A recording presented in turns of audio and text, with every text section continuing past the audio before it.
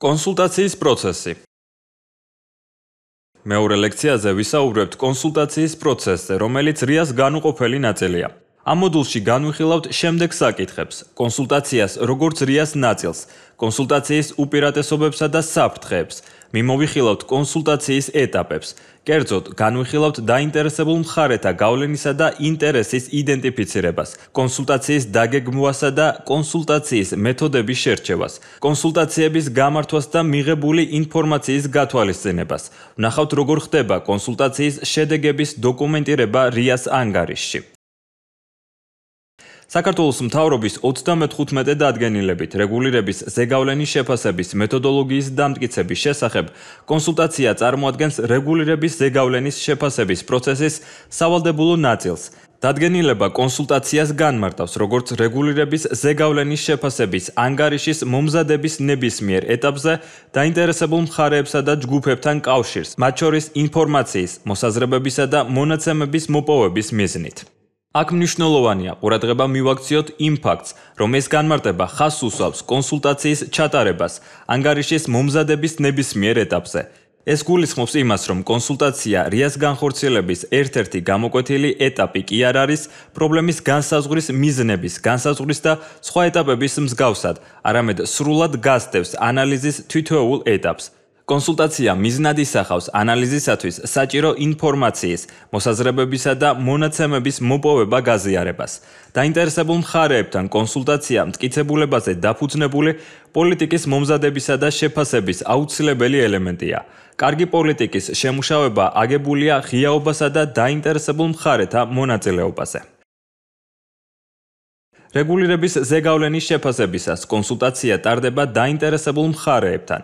დაინტერესებული მხარე შესაძლოა იყოს ფიზიკური პირი, სხვადასხვა ჯგუფი ან ორგანიზაცია, რომელთა საქმიანობაზე შესაძლოა ზეგავლენა მოახდინოს ინტერვენციამ. დაინტერესებული მხარე ასევე მოიცავს იმ ჯგუფებს, რომლებიც ჩართულნი არიან ან სამომავლოდ იქნებიან ჩართულნი ინტერვენციის განხორციელებაში. ასევე იმ ჯგუფებს, რომლებიც შესაძლოა ფლობენ ამ კონკრეტული რეგულაციის შეფასებისათვის, განხორციელებისათვის, რეგულირების ალტერნატივების შემუშავებისათვის საჭირო ინფორმაციას, რესურსებს ან გამოცდილებას. ინტერვენციის ბუნებიდან გამომდინარე, დაინტერესებული მხარეები შესაძლოა იყვნენ ბიზნეს ასოციაციები, მომხმარებლები, დამსაქმებელთა გაერთიანებები, სახელმწიფო უწყებები, აკადემიური წრეებისა და კვლევითი ორგანიზაციის წარმომადგენლები, საზოგადოების სხვადასხვა ჯგუფები. ძალიან მნიშვნელოვანია გვახსოვდეს, რომ კონსულტაცია არის პროცესი, როდესაც ინფორმაციის გაცვლა ხდება ორმხრივად. კონსულტაციისას დაინტერესებულ მხარეებს შეგვიძლია მივაწოდოთ ინფორმაცია დაგეგმილი რეფორმის შესახებ, როგორიცაა მაგალითად პოლიტიკის რა ალტერნატივების განხილვა მიმდინარეობს, კვლევის შედეგად რა ძირითადი ტენდენციებია გამოვლენილი. რა არის ის კრიტიკული საკითხები, რომელზეც პოლიტიკის გამტარებლები მსჯელობენ და ასე შემდეგ. მეორეს მხრივ, კონსულტაციის დროს ჩვენი მიზანია მივიღოთ ინფორმაცია, თუ რას განიხილავს დაინტერესებული მხარე ძირითად პრობლემად დასარეგულირებელ სფეროში. ასევე მოგვაწოდოს მის ხელთ არსებული ინფორმაცია, გაგვიზიაროს თავისი მოლოდინები არსებულ მდგომარეობასა და შემოთავაზებულ რეფორმასთან დაკავშირებით. კონსულტაციის განხორციელებისას მუდმივად უნდა გვახსოვდეს კონსულტაციის უპირატესობები და საფრთხეები. როგორც უკვე აღვნიშნეთ, კონსულტაცია ძალიან მნიშვნელოვანი პროცესია, რაც გამჭვირვალეს ხდის რეგულირების ზეგავლენის შეფასების პროცესს. ზოგჯერ, განსაკუთრებით კი ქართულ რეალობაში, როდესაც მონაცემების ხელმისაწვდომობა დაბალია, კონსულტაცია შესაძლოა იყოს ერთადერთი გზა ინფორმაციის მოსაძიებლად. კონსულტაციის პროცესში უკეთ ხდება პრობლემის განსაზღვრა და მისი მასშტაბის შეფასება, რადგან ხვდებით იმ ადამიანებს, ვისაც შესაძლოა ყოველდღიურად უწევდეს პრობლემასთან შეხება და ესმის, რამდენად მრავალმხრივია ის. კონსულტაცია რეფორმის გამტარებლებს ასევე აძლევს საშუალებას უკეთ მოამზადოს რეფორმა. წინასწარ იცოდეს დაინტერესებული მხარეების მიდგომები, ხედვები, გამოწვევები და ამ ყველაფრის შეძლებისდაგვარად გათვალისწინება მოახდინოს. მიუხედავად ამ სიკეთეებისა, კონსულტაციას თან ახლავს გარკვეული საფრთხეები, რომელთა გათვალისწინებაც აუცილებელია სამუშაო ჯგუფის მიერ. სამუშაო ჯგუფში იგულისხმება ადამიანები, ვინც პასუხისმგებელია რეგულირების ზეგავლენის შეფასების პროცესსა და ანგარიშის მომზადებაზე. პირველ რიგში მნიშვნელოვანია კონსულტაცია სწორად იყოს ორგანიზებული და დაინტერესებულ მხარეს შეუქმნათ კომფორტული გარემო საკუთარი გამოცდილებისა და შეხედულებების გასაზიარებლად. კონსულტაცია არ არის დაკითხვა, ეს არის ინფორმაციის გაზიარების საშუალება. ამიტომ ამ პროცესში მნიშვნელოვანია ნეიტრალური პოზიციის დაცვა სამუშაო ჯგუფის წევრების მიერ. სამუშაო ჯგუფის წევრების დამოკიდებულება უნდა იყოს მიმღებლობითი და თითოეული წევრი ღია უნდა იყოს მეორე მხარის მოსაზრებების მიმართ, მიუხედავად იმისა, იზიარებს თუ არა ამ მოსაზრებებს. კონსულტაციის პროცესის მეორე საფრთხე არის არასაკმარისი კონსულტაციის ჩატარება.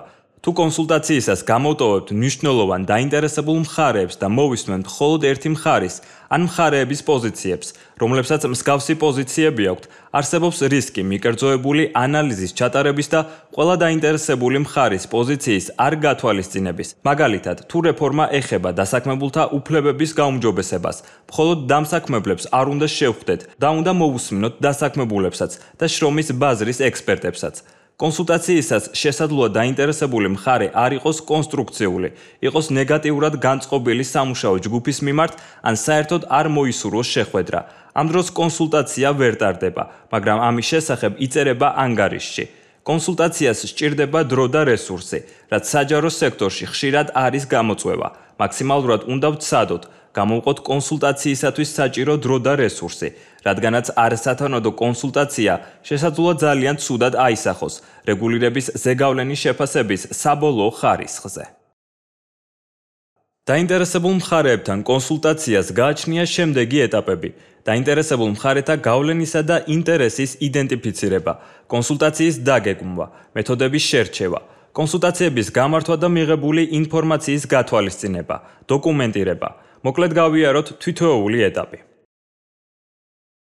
დადგენილებით განსაზღვრულია, რომ რეგულირების ზეგავლენის შეფასებისას დაინტერესებული მხარეების მაქსიმალური წარმომადგენლობისა და ჩართულობის უზრუნველსაყოფად გამოყენებული უნდა იქნეს დაინტერესებულ მხარეთა ცხრილი. მეორენაირად ამ ცხრილს ასეც ეწოდება დაინტერესებულ მხარეთა გავლენისა და ინტერესის მატრიცა. ამ ცხრილის მიხედვით ხდება დაინტერესებული მხარეების დაჯგუფება ორი კრიტერიუმით. პირველი კრიტერიუმი ეს არის გავლენა. გავლენა გვიჩვენებს დაინტერესებული მხარის გავლენას რეფორმის ფორმირებასა და მიმდინარეობაზე, დაბალი თუ მაღალი. მეორე კრიტერიუმი არის ინტერესები, რაც გვიჩვენებს რა გავლენას ახდენს რეფორმა დაინტერესებულ მხარეზე. თუ მასზე მაღალია გავლენა, ის გადის მაღალი ინტერესის ჯგუფში, თუ დაბალია გავლენა, დაბალი ინტერესის ჯგუფში. დაინტერესებულ მხარეთა გავლენისა და ინტერესის მატრიცის უკეთ აღსაქმელად განვიხილოთ მაგალითი.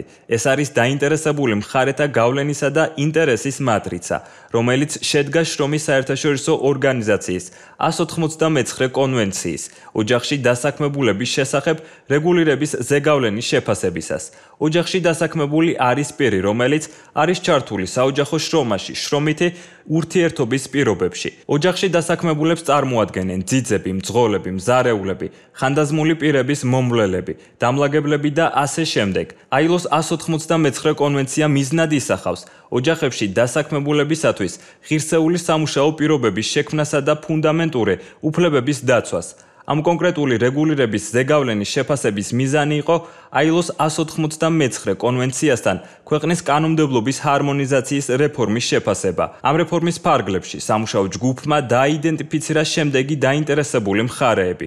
პირველი ჯგუფი, რომელსაც აქვს რეფორმის მიმდინარეობასა და ფორმირებაზე დიდი გავლენა და ამავდროულად რეფორმამ მათზე მოახდენს დიდ გავლენას, ანუ მაღალი ინტერესი აქვთ. ეს ჯგუფი სლაიდზე წარმოდგენილია ქვედა მარჯვენა უჯრაში. ესენი არიან საქართველოს ოკუპირებული ტერიტორიებიდან დევნილთა შრომის, ჯანმრთელობისა და სოციალური დაცვის სამინისტროს, შრომისა და დასაქმების პოლიტიკის დეპარტამენტი, შრომითი პირობების ინსპექციის დეპარტამენტი. აღსანიშნავია, რომ ეს კვლევა 2020 წელს ჩატარდა, მანამდე სანამ შრომის ინსპექციის სამსახური შეიქმნებოდა. ამიტომ არის აქ მოცემული შრომითი პირობების ინსპექციის დეპარტამენტი.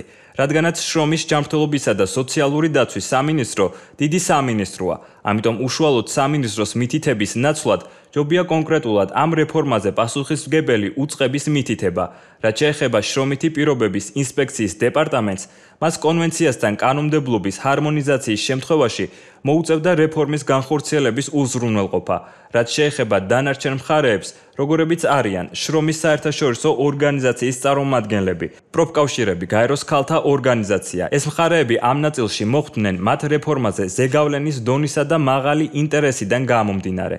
მატრიცის შექმნისას მნიშვნელოვანია არ მოხდეს არც ერთი მნიშვნელოვანი დაინტერესებული მხარის გამორჩენა და იმ ფაქტს თუ კონკრეტულად მატრიცის რომელ უჯრაში განთავსდება ის, შესაძლოა ნაკლები მნიშვნელობა მივანიჭოთ. მთავარია დაინტერესებული მხარის იდენტიფიცირება მოხდეს და მოხდეს მასთან კონსულტაცია. აღსანიშნავია, რომ ეს ჯგუფი არის ყველაზე მნიშვნელოვანი ჯგუფი და როგორც წესი შეხვედრებს ამ ჯგუფის წარმომადგენლებთან ვიწყებთ მუშაობის პროცესში. ამ ჯგუფს ყველაზე მეტი ინფორმაცია აქვს ინტერვენციის შესახებ. შევხედოთ ქვედა მარცხენა უჯრას, მაღალი ინტერესისა და დაბალი გავლენის თანაკვეთას. ამ უჯრაში გაერთიანებულები არიან ოჯახში დასაქმებულთა კერძო დასაქმების სააგენტოები, ოჯახში დასაქმებულები და იურიდიული ექსპერტები. ეს ის ჯგუფია, ვიზეც უშუალოდ მოახდენს გავლენას ინტერვენცია. ILO-ს 199 კონვენციასთან ჰარმონიზაცია და ვისაც რეფორმის მიმდინარეობაზე ნაკლები გავლენა აქვს. მაგალითად, კონვენცია განსაკუთრებულ ყურადღებას დასაქმების კერძო სააგენტოებს უთმობს. საქართველოს კონტექსტში არსებობს სპეციალური ნორმატიული დოკუმენტები, რომლებიც უნდა გადაიხედოს კონვენციის სტანდარტებთან შესაბამისობაში.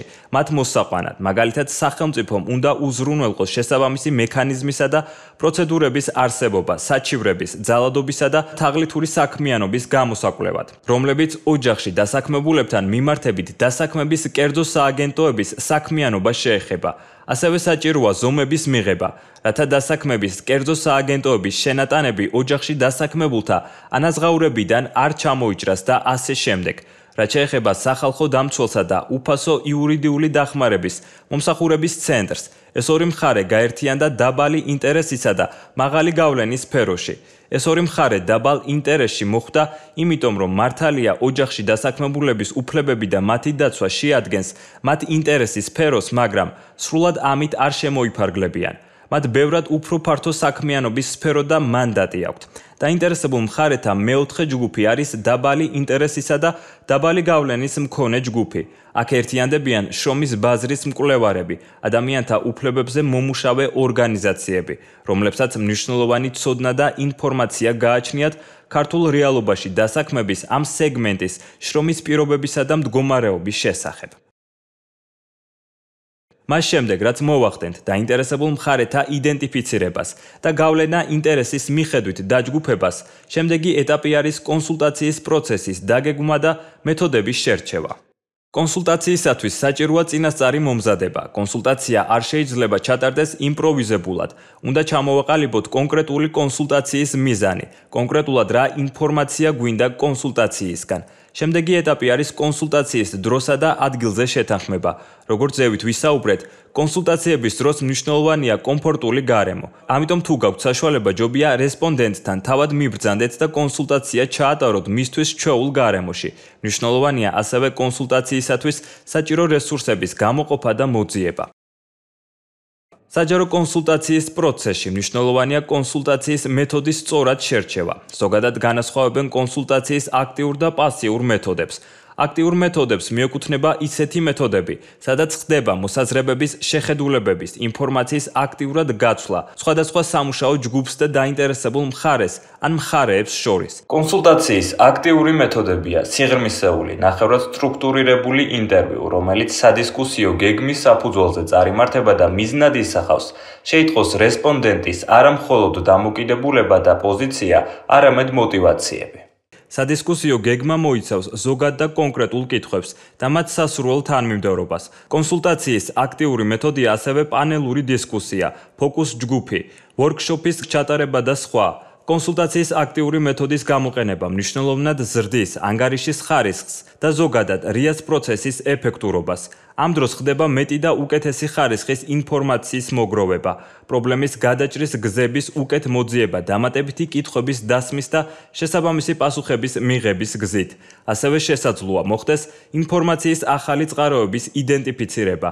აქტიური კონსულტაციის ერთადერთი ნაკლოვანება არის ის, რომ ეს მეთოდი მოითხოვს უფრო მეტ დროსა და ადამიანურ რესურსს, ვიდრე პასიური კონსულტაცია. დოკუმენტის ცირკულირება შენიშვნებისთვის დოკუმენტის საჯაროდ განთავსება და სხვა მსგავს მეთოდებს ვახასიათებთ როგორც კონსულტაციის პასიურ მეთოდს. პასიური მეთოდი ნაკლებ ძალისხმევას მოითხოვს და დაინტერესებულ მხარეს აძლევს მეტ დროს საკუთარი მოსაზრებების უკეთ ჩამოსაყალიბებლად.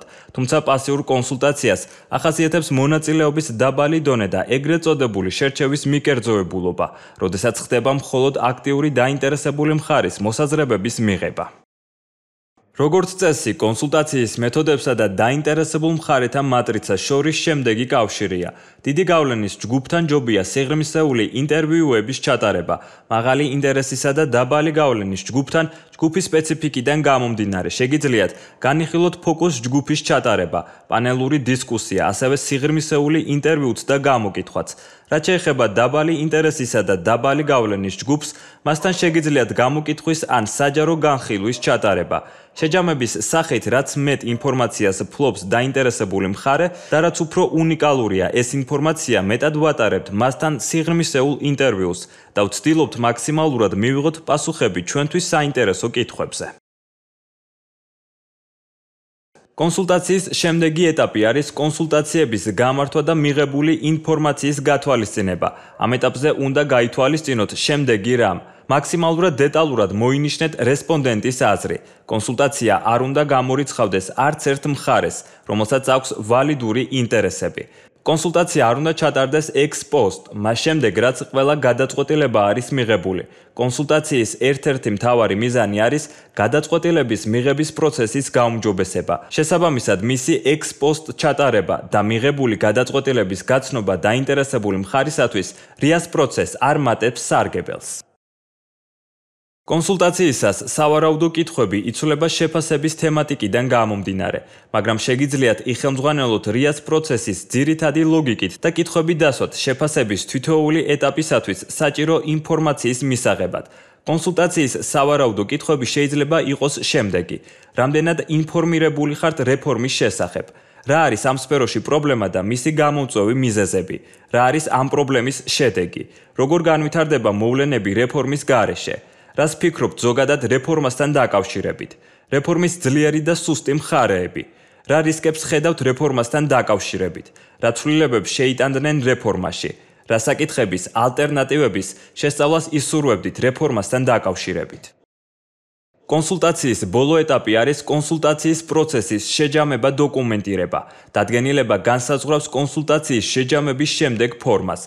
ანგარიშში მოცემული უნდა იყოს იმ დაინტერესებული მხარეთა ჯგუფის სახელწოდება, რომელთანაც შედგა კონსულტაცია, მეთოდი თუ რა მეთოდით მოხდა კონსულტაცია, ეს იქნება ონლაინ ინტერვიუ, გამოკითხვა თუ რაიმე სხვა. ასევე უნდა იყოს მოცემული დაინტერესებული მხარის მოსაზრებების მოკლე აღწერა. სასურველია ეს აღწერა იყოს მარტივად აღქმადი, მკითხველისათვის და გამოყოფილი იყოს სხვადასხვა საკითხები. მაგალითად, როგორიცაა დაინტერესებული მხარის მიერ პრობლემის აღქმა, გადაწყვეტის გზები, დამოკიდებულება შემოთავაზებულ რეფორმასთან, რეფორმის საფრთხეები და ასე შემდეგ. დოკუმენტირების პროცესში მოცემული უნდა იყოს ასევე ინფორმაცია, მოხდა თუ არა დაინტერესებული მხარის მოსაზრებების გათვალისწინება, ან თუ არ მოხდა, რატომ. აქვე შესაძლოა სხვა დამატებითი კომენტარიც დაიწეროს, ასეთის არსებობის შემთხვევაში. კომენტარების ნაწილი მნიშვნელოვანია, რადგან ანგარიშის წაკითხვისას რესპონდენტებს უქმნის წარმოდგენას თუ როგორ და რამდენად იქნა გათვალისწინებული მათი შენიშვნები და მოსაზრებები შეფასების პროცესში და თუ არ მოხდა მათი გათვალისწინება, მოცემული იქნება ამის ახსნა. კონსულტაციის პროცესის აღწერა RIA-ს ანგარიშის ერთ-ერთი ნაწილია. მეთოდოლოგიის მიხედვით კონსულტაციის პროცესის შესაბამისი თავი უნდა შედგებოდეს შემდეგი ნაწილებისგან: პროცესის აღწერა, სადაც მოცემული იქნება რეგულირების ზეგავლენის შეფასების განხორციელების ზოგადი ქრონოლოგია, კონსულტაციისა და მონაცემების შეგროვების ტექნიკა, შეფასების პერიოდი, გამოყენებული კონსულტაციისა და მონაცემების შეგროვების ტექნიკა და სხვა, რაც მოცემულია მეთოდოლოგიის დანართ ნომერ 3-ში. ამას გარდა ამ თავში მოცემული უნდა იყოს დაინტერესებულ მხარეთა გავლენისა და ინტერესის იდენტიფიცირების ცხრილი კონსულტაციის პროცესის შეჯამება.